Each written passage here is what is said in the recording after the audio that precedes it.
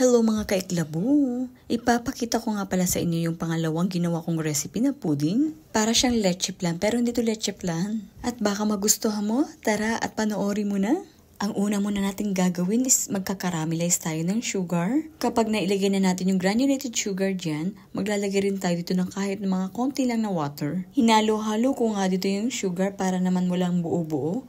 At nagdagdag pa ako ng kahit konting sugar. At medyo naparami kasi yung lagay ko ng water. At kapag natunaw na yung ating sugar, unti-unti nyo na mapapansin, mag-golden brown na yung ating syrup dyan. Kapag ganito na yung ating syrup, itatransfer lang natin to sa ating baking pan. Kapag na-transfer na natin yung syrup, huwag ninyong kalimutan na ikot-ikutin yung ating baking pan para pantay-pantay yung paglagay ng syrup. Ito nga yung ating tirang bagel. Hinimay-himay ko na rin yan. Nilagyan ko na rin to ng evaporated milk para na mababad yung ating bread dyan. At para maging smooth yung ating mixture dyan, kailangan natin gumamit ng food processor. At kung wala ka naman food processor, pwede na rin yung blender.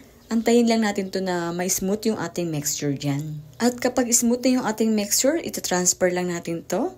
At pagka-transfer nga natin to, maglalagay tayo dito ng 4 large eggs. Bali, ipopost ko na lang pala yung recipe natin dito sa ating post na video. Take note nga pala, mas maganda talaga na gamitin niyo yung mga bread na walang flavor, yung plain lang. Kasi yung flavor na bread na nilagay ko dito, yung bagel, kasi may mga raisin, tapos may cinnamon flavor, mga ganun.